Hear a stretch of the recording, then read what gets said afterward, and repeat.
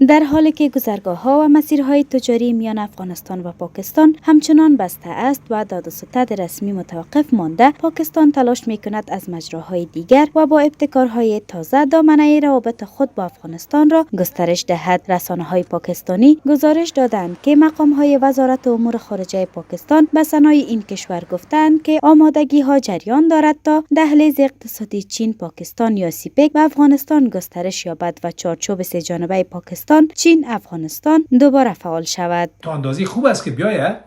ولی عمدتاً تا که مسئله حل نشده و 4 تا سند اینا قبول نکردن و به صورت کامل مسئولیت راههای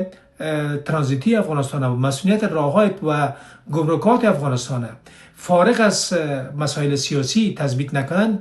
رفتن به سوی ازی خودش نماینده جفا در اقتصاد افغانستان است. آگاهان اقتصادی میگویند که سهم فعال افغانستان در پروژه های بزرگ منطقه‌ای مانند سیپک میتواند بخش های مهم اقتصادی کشور را به گونه چشمگیر تقویت کند و باور آنان افغانستان با پیوستن به این گونه طرحها میتواند به یک مسیر مهم ترانزیتی در منطقه مبدل شود. سیپک پروژه به نه یوازې دا چې افغانستان ته د دې فرصت ورکړي چې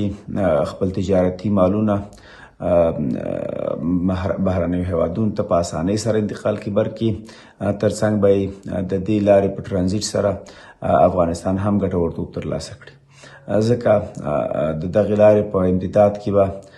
نوی زیرپلنی پروژه هم پلی شي. هرگاه افغانستان در پروژه سیپک و یا هم کوریدور چین و پاکستان سهیم بوده باشه، از چند حیث میتونه به اقتصاد افغانستان اثر بخش تمام شود. از جمله تا جایی میتونه سبب ثبات اقتصادی کشور شود و همچنان افغانستان میتونه از مزیت ترانزیتی یک سری کالاها هم بهره لازم برده باشه و از موقعیت دیپلماسی خوبتر میتونه برخوردار بوده باشه. این در حال است که افغانستان در سالهای اخیر با کشورهای منطقه در قالب پروژه های بزرگ اقتصادی و ترانزیتی همکاری کرده است. موقعیت راهبردی کشور این امکان را فراهم میسازد تا در دهلیزهای اقتصادی و مسیرهای ترانزیتی نقش کلیدی ایفا کند.